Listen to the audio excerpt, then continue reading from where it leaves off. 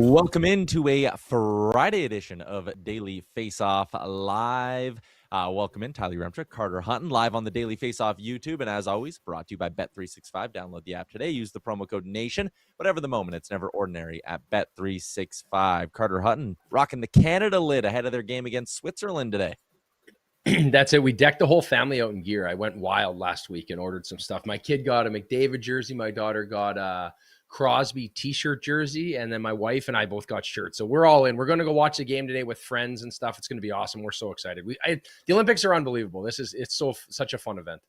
Yeah, and I mean, today, a Friday, it's a 3 o'clock Eastern puck drop, a 1 o'clock Mountain puck drop. Even on the coast, it's noon. I think there's going to be a lot of people who finish up their work around lunchtime and then kind of put up their hands and say, I'm heading out to the bar. I'm heading for a little appointment to watch Canada play Switzerland. We'll talk about that game in a little bit. Also, Tessa Bonhomme is going to join us today for our big segment. She's going to give us some insight into the medal round beginning on the women's side of the tournament, but we'll begin things on the men's side. Hutton this morning, I mean, the stunning results just continuing out at the Milan Games, as this morning it's Finland bouncing back from a wildly disappointing opening game loss to Slovakia. They beat their rivals, the Swedes, today. It's a 4-1 final, and one that is totally thrown Group B upside down. I think early standouts from this one, we'll start on the Finnish side. Jussi Saros was excellent, stopping 34-35. We kind of thought coming into this tournament that if Finland was going to have a shot to pull off some upsets, Saros would have to be their best player. He was today.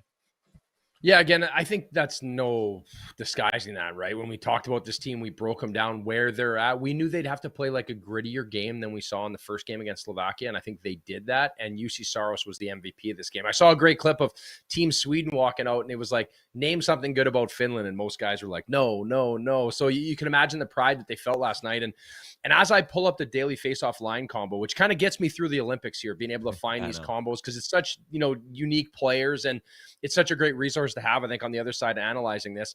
Anton Lundell in that third line center spot, I thought was a big difference maker today for this team. He scores a huge goal, and he makes a huge defensive play with about 9 or so minutes left in the third period, where a puck gets over Saros and it's bound for the back of the net. He pulls it off the goal line, keeps it out, and then from there, they were able to lock it down. And again, I think this was a great team effort. Yes, your goalie kind of overshadows it with 34 saves on 35 shots. But that being said, this is a shot in the arm for Team Finland, right? After a tough start, you kind of settle in a little bit. And this is a team that can make some noise now if Saros keeps playing this way. Yeah, and again, we'll talk about bigger picture in Group B in a second, but a big reason why that group is kind of on its head is because Sweden's been probably the biggest disappointment of this tournament so far, and I think you can trace a lot of it back to some coaching decisions that Sam Hallam has made. Let's start with goaltending. Filip Gustafsson was not that good in the first game against Italy. He gave up a couple of stinkers, and yet they roll with him, give him a shot at redemption today against Finland. And listen, he made some nice saves, especially late in the game when they were already chasing it. But Hutz, I think it was kind of too little too late. Like, you see the numbers here in 889. It's not putrid, but you look at some of those goals he gave up today, it's just not good enough. No, it's not good enough too. And again, you circle back to the first game, in my opinion, right, where it was 2-on-4 to kind of start the game, and it let them stay in the game, right? And that's something that I think sways it a little bit. And then they're able to take that game over and, do what they had to do. But that was against Team Italy, right? So it's like, okay, maybe that's a one-off. And then today it was 2-on-6 again in the first period. So again, it's another slow start. And then that starts to change the way you play, right? I've talked about this a lot throughout the year. When your goaltender is fighting it, and then all of a sudden you're gripping your stick, you're trying not to give up chances where normally you can't be thinking like that. And I think that's what you're seeing now. So it will be interesting moving forward who we see in the next start. Like, they have Markstrom, and Wallstedt has been very, very good this year. He's overperformed Jacob Markstrom. He doesn't have the experience, but as a youngster in Wallstedt, he hasn't really been phased by the NHL level. So it will be interesting. I don't know if we'll see Gustafsson again. I think for Team Sweden, it's time to make a change. If Sweden wants to get the bye through the qualifying round and go straight to the quarters, they'll need to beat Slovakia in regulation. Slovakia, a stunning 2-0 start to the tournament, a +4 goal differential. It was a closer game than they probably wanted today against Italy, but I think if you would have told them at the start of the tournament, hey, you're going to be 2-0 going into your final game, they absolutely would have taken that. So Slovakia sits at the top of Group B. That does actually work out to being kind of good news if you're someone who wants a Canada-USA gold medal game, because again, Sweden, Finland, the further down they finish, the better chances there are that Canada and USA are the 1 and 2 seeds coming out of the round robin, and you can kind of go on from there and see how the path to the gold medal game that a lot of North America, every North American hockey fan wants, the path becomes a little bit more clear. So let's talk a bit about that win yesterday for Canada. It was Mak, and McDavid doing the damage for the Maple Leaf. Macklin Celebrini opens the scoring. Nate McKinnon finishes it off with the 5th goal in a 5-0 win over Czechia, and Connor McDavid with a 3-assist performance. How about this? Connor McDavid was responsible for creating 12 scoring chances in that hockey game. 14 scoring chances in that hockey game. Czechia as a hockey team only had 12. McDavid was absolutely flying, and that was, even though the first maybe wasn't as good as you wanted, that turned into a very dominant performance for Canada. Yeah, I think on the broadcast, something that stuck out for me, Mike Johnson between the benches talking about just his speed at that level, like how fast this game was, and McDavid being at another level of what he creates. And I think it's through the neutral zone, right? There was so much talk about what these rink dimensions were going to do to these teams. I think it's unbelievable how fast this game is and where they're at. And again, it's funny we talk about, and he was the 3rd shift out to start that game, his line, right? So they're definitely not the 3rd line, but it just goes to show you the spoil of riches they have having Crosby start every single period, first shift. And again, I think there was a lot to go off. I think it'll be interesting. Josh Morrissey, what's going on with him? Is he going to be out? Where can he go? I thought Shea Theodore stepped in, played very well. These are the players that are going to win the tournament for them, right? You have McDavid, you have McKinnon. The stars are going to be the stars. But as you look down that lineup, I think something very reassuring, if as a Canadian fan, I'm rocking the hat, I got the photo on the frame we're in, is that 4th line. I thought the 4th line was awesome. And again, they switched Horvat in and out for Bennett, and it was the full Florida Panthers line. That was a line where I felt like a lot of confidence, and they had a lot going. I think for Bo Horvat, going over the boards, taking defensive zone faceoffs, scoring a big goal, he just asserted himself into this lineup, and he put his stamp that he belongs in the Milan Games for Team Canada. And I think this was an awesome start for them. Yeah, underrated performances yesterday. Again, a lot of attention on the star players, a lot of attention on that top line for Canada, which really looked like it was gelling more and more as that game went on. They were excellent. I thought Brandon Hagel had himself an excellent game. He was in the mix. He had that great 2-on-1 with McDavid, a couple more quality looks for Hagel, and he was also doing those other things away from the puck that you want to see from a guy like that who's a support piece, if you want to call him that, in the top 9. He was buzzing, creating turnovers. I thought Brandon Hagel was great. Anyone else kind of stand out for you for this Canadian group? Okay, for the good and the bad, 2 guys I'm going to be watching, and I kind of said this live on the feed yesterday, is going to be Harley and Doughty. Doughty at times looked a little bit slow and a little bit off, and I thought their D-to-D exchanges were ugly. There was numerous times where there just wasn't clean passes in the offensive blue line, and then they'd have to regroup and get out of the zone. The guy that I really liked yesterday was Colton Parayko. I thought Parayko was skating, moving the puck, and he's such a unit out there, right? He's such a big body. He creates space. There was one play where he drives the puck in down low. It's a drop pass to Nate McKinnon. Nate McKinnon bombs it, hits him in the back of the leg, but this is what he can create with his skating ability and his size.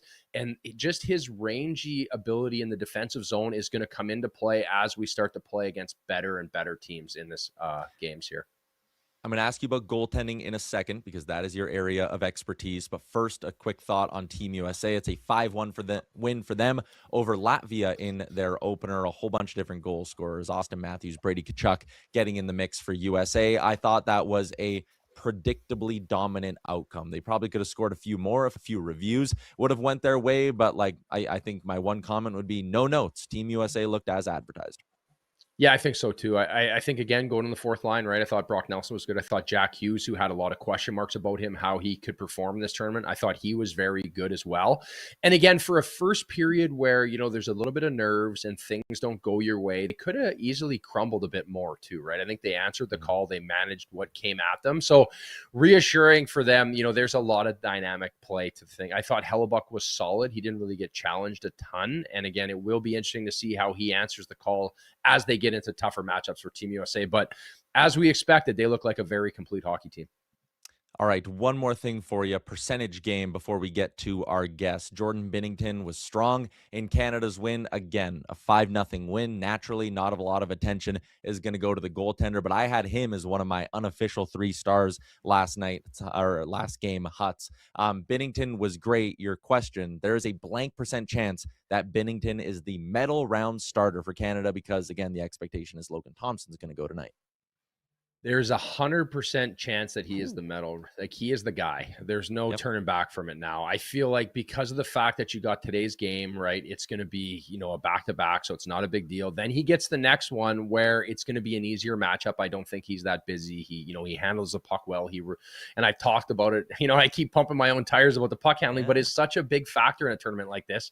But for Jordan Binnington, I don't think there's any looking back. And the display of confidence that we've heard from John Cooper and this team when he's in there just goes to show you that this is not the NHL and the St. Louis Blues in front of them. This is Team Canada and some of the best in the world. February 13th, 2026. Carter Hutton was right. I'm writing it down so that we don't forget. He nailed it with the analysis on Binnington's puck handling coming into the tournament. But he had, if that McKinnon goal didn't get waved off for the trip, Jordan Binnington would have had a well-earned goalie assist, Huts. He bombed that thing down the ice. McKinnon scooped it up, fired it in, but of course the Suzuki penalty kind of negated all of that. So I agree with you. I don't see a path outside of obviously injury where it's not Binnington going in the medal round. Even if Logan Thompson plays great tonight, they're probably going to give Binnington that start against France to keep him fresh. And I don't see a world where France, as much as they're pushing Czechia right now, Czechia's grabbed the lead back, by the way. It's 4-3. As much as France is pushing them, I don't think there's a world where Binnington fails a test against a French team that only has one NHLer on it. So I think the path is very clear. This is Jordan Binnington's crease the whole way for Canada. Let's continue along and continue our coverage of the Winter Games out in Milan and talk a little bit about the medal round kicking off on the women's side of things with Tessa Bonhomme.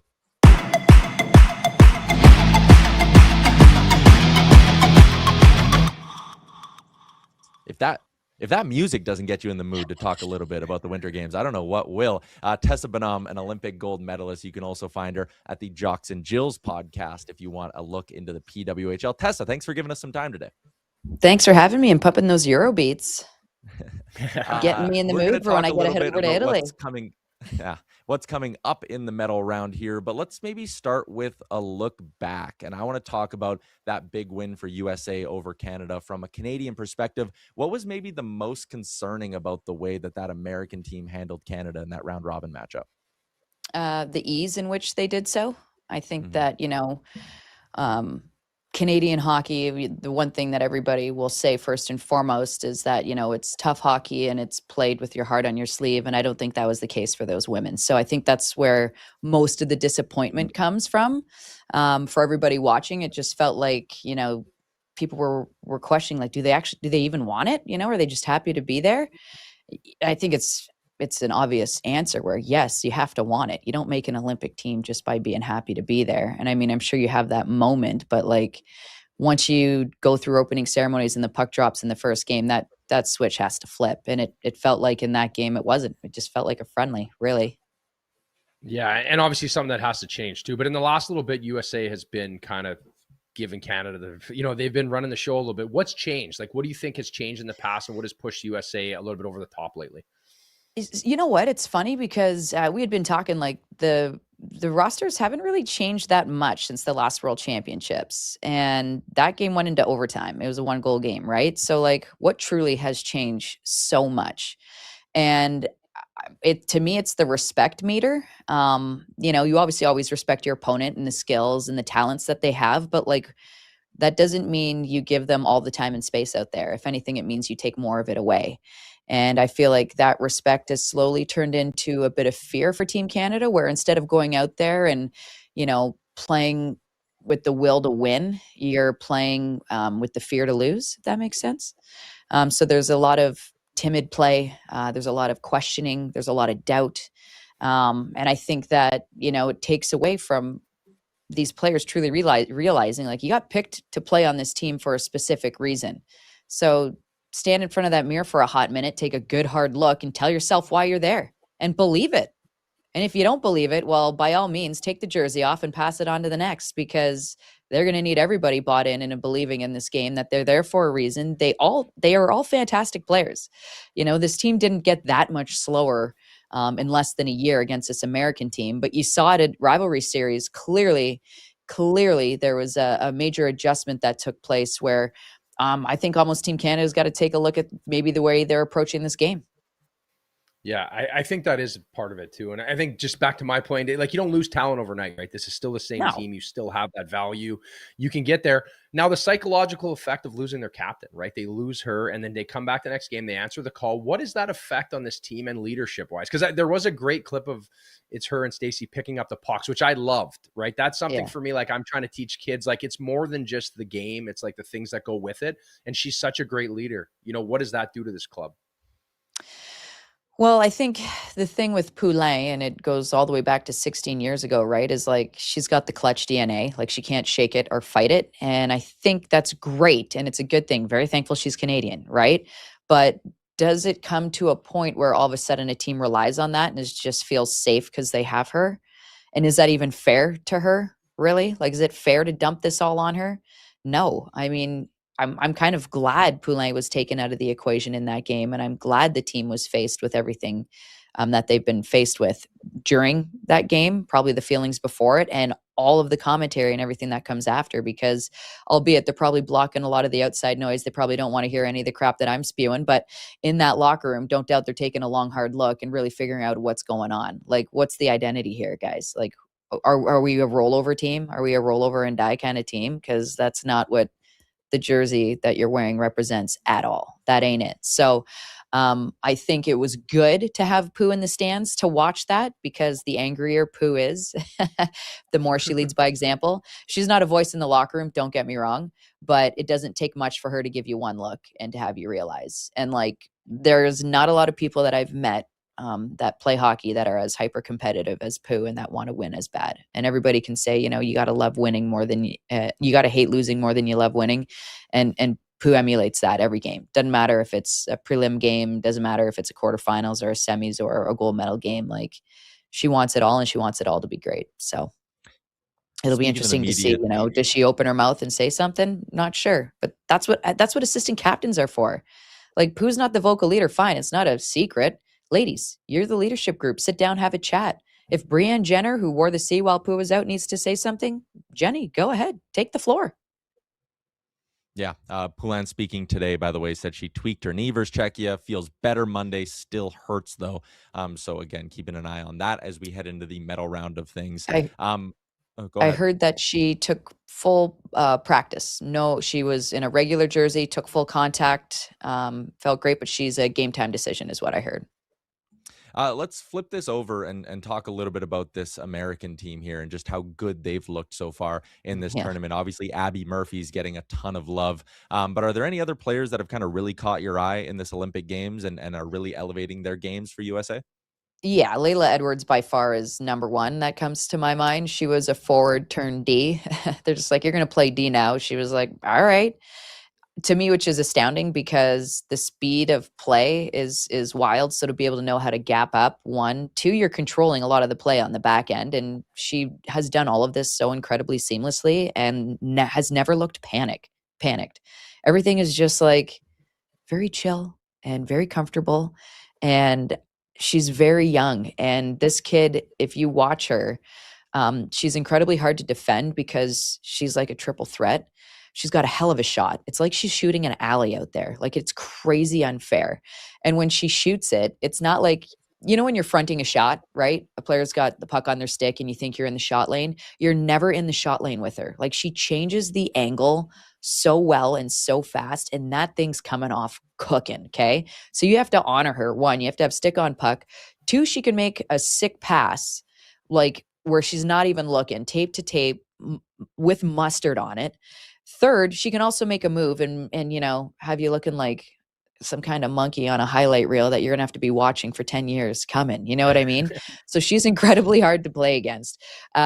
She actually set up, I think it was 2 of the first goal. Well, the first goal she set up for Team USA on the power play, which is where she's wildly dangerous. She drew 2 defenders to her on one of the power plays in their second game and just did a the most beautiful backhand sauce to Alex Carpenter, who's a threat as well. Right in the soft ice, and Carp went bar down. She's got a hell of a shot. It's just this team, as much as they're individually skilled, they use that skill to feed each other.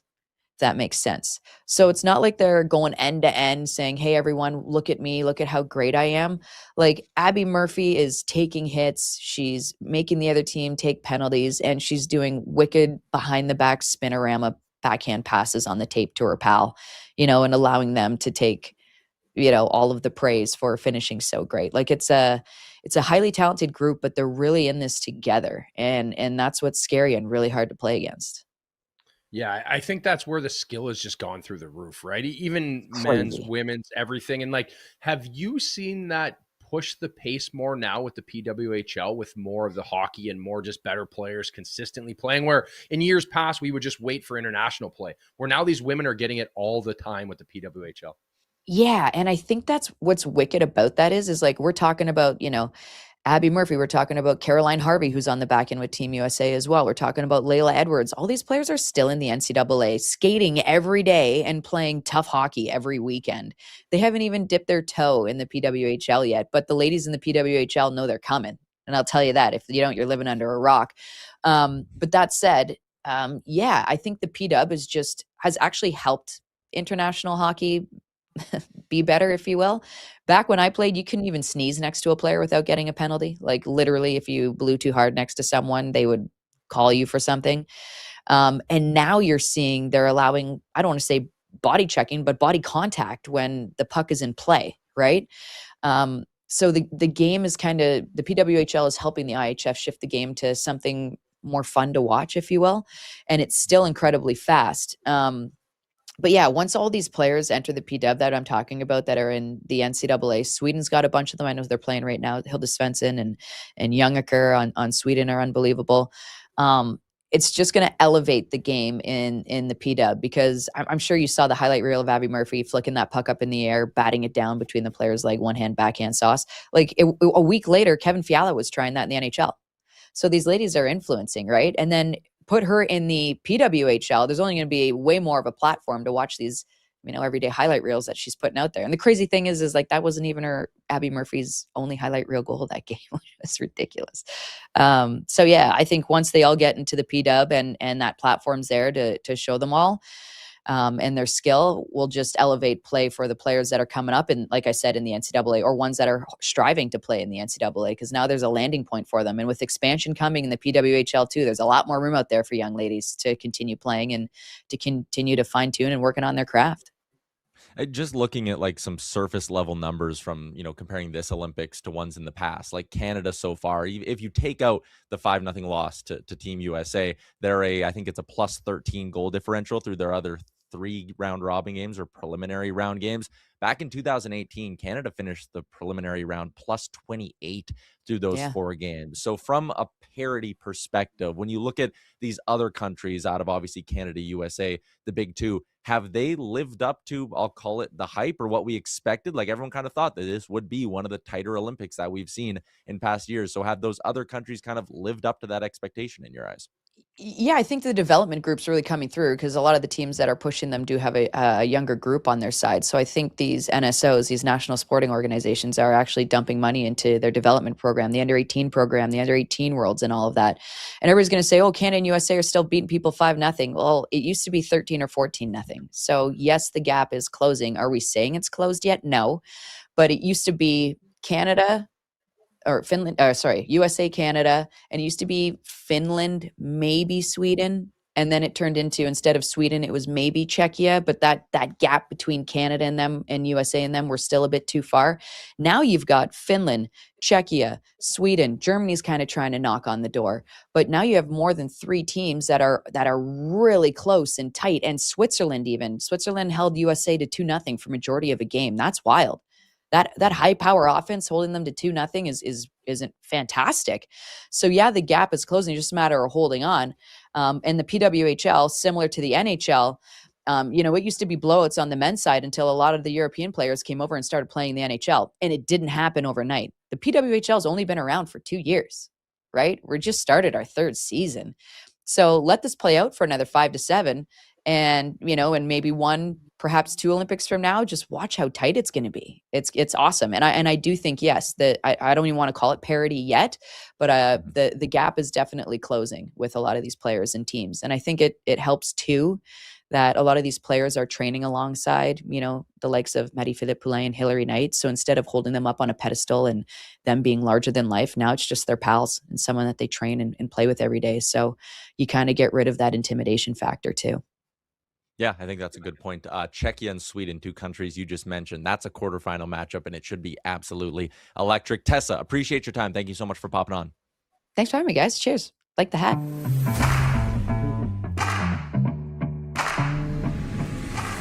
And you can find her TSN and the Jocks and Jills podcast and also YouTube channel that she does with Julia Tacheri. Great work over there with the PWHL. Huts, let's move along. Excuse me, to our Daily Faceoff inbox question, hashtag askdfo. I guess I'll ask you this one because, again, these Olympics have been great for a number of reasons, and I'm going to move away from hockey for a second. Have you been keeping an eye on any of the, we'll call them off the field stories that have popped up? We had a Slovakian criminal get arrested in the stands or right before the game in their opener. Huts, he was wanted for 16 years in Italy by the Italian police. He came back to Italy to watch Slovakia play. They nabbed him. A 16-year-old warrant. They got him in the stands. That's wild how they got him. I didn't see that. That's a great story. I did see the guy admitting to cheating on his girlfriend, though, after like the 3-month relationship on camera. I thought that was a wild one as he was crying. So I guess it goes to show you the Olympics or the Milan Games are that important that you're going to go there even as a criminal with a warrant. You got to risk it all to be there. Yeah, he wanted to see Yuri Slavkovsky play in the Olympics so bad that he was willing to risk going to jail for it. But these Olympics have been awesome. Canada racked up 3 medals yesterday as well. So that's always good for the national pride as well. Let's get to our daily bets for Bet365. Download the app today. Use the promo code NATION. Whatever the moment, it's never ordinary at Bet365. Picks for today's Canada game. Of course, I'm going to be live with Dan Riccio immediately following the game right here on the Daily Faceoff YouTube, so we will break it all down. But we're each going to give a pick for today. I nailed my one last game, by the way. It was the Daily Faceoff branded parlay on Bet365. I mentioned earlier, love what Brandon Hagel's bringing. Give me Hagel goal, Canada to win by 2.5 goals at a very juicy plus 410. Patty Puff, what do you got? Well, I didn't go nearly as juicy as you, but I've got a simple one. We're going Sidney Crosby anytime goal, plus 180, that third line. All the lines on Team Canada are solid, but Marner and Stone looked great, and obviously Crosby, captain, is going to get on the board eventually, so I like that. I was going to say tonight, but today against Swiss. What about you, Huts? I'm going with the Rat, baby. He's over there. He's giving her Brad Marchand anytime goal. I like that at plus 350. The amount he's been producing in the NHL, the goals, I just feel like that line was buzzing yesterday. I look for him to find the back of the net. All right, let's keep cruising along. Wrap up the show with a little bit of garbage time. And Huts, I know you've seen this story. It's away from the Olympics, but it's so funny. The Oshawa Generals had to put out a statement asking their fans or reminding their fans that they need to shower before coming to games. There was something about too many fans there was complaints about smelling like cat piss and stuff. It was ridiculous. Anyways, the Oshawa Generals then had to put out another statement apologizing for sending the email asking fans to shower, a stinky situation in Oshawa. Oh, just a stinky situation. And the fact of the matter is, if you go on to put that out there initially, what did you think was going to happen? You think people weren't going to take notice to us? So then to back down so quick and go, little Willie Smiles just said Carter smells in there. I just had a fresh shower, pal. Lay off me. I'm not going to the Generals game, but I think it's so funny. And then to retract it immediately, what did you think was going to happen? So a wild statement there in Oshawa.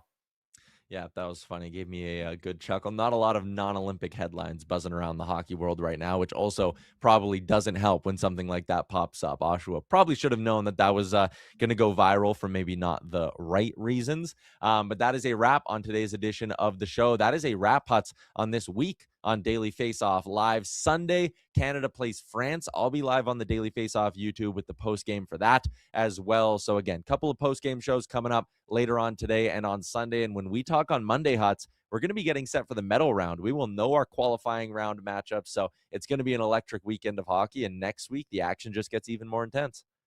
Yeah, this is exciting. We've been waiting a long time for best on best at this level. So it's been a ton. And I can't wait for today's. Every game, you never know what's going to happen. So enjoy, everybody. Yeah, should be great stuff. All right, the sheet with Jeff Merrick coming up next. And again, post game with myself and Dan Riccio coming up immediately following the Canada-Switzerland game. Johnny Lazarus will continue to have post games for Team USA. I actually think Sean DePaz from What Chaos is handling our USA post game tomorrow. But either way, wall-to-wall coverage of the Milan Games throughout the weekend here on Daily Faceoff. Enjoy the hockey, enjoy your weekends, and we'll see you all back here on Monday. Hey hockey fans, if you enjoyed that video, then make sure you hit the subscribe button right here on the Daily Faceoff YouTube. We have you covered for everything you need. Exclusive interviews on the sheet with Jeff Merrick, all the latest hockey news on Daily Faceoff Live, and you can always get your morning started with Johnny Lazarus and Colby Cohn on Morning Cup of Hockey. Don't miss a minute. Hit that subscribe button.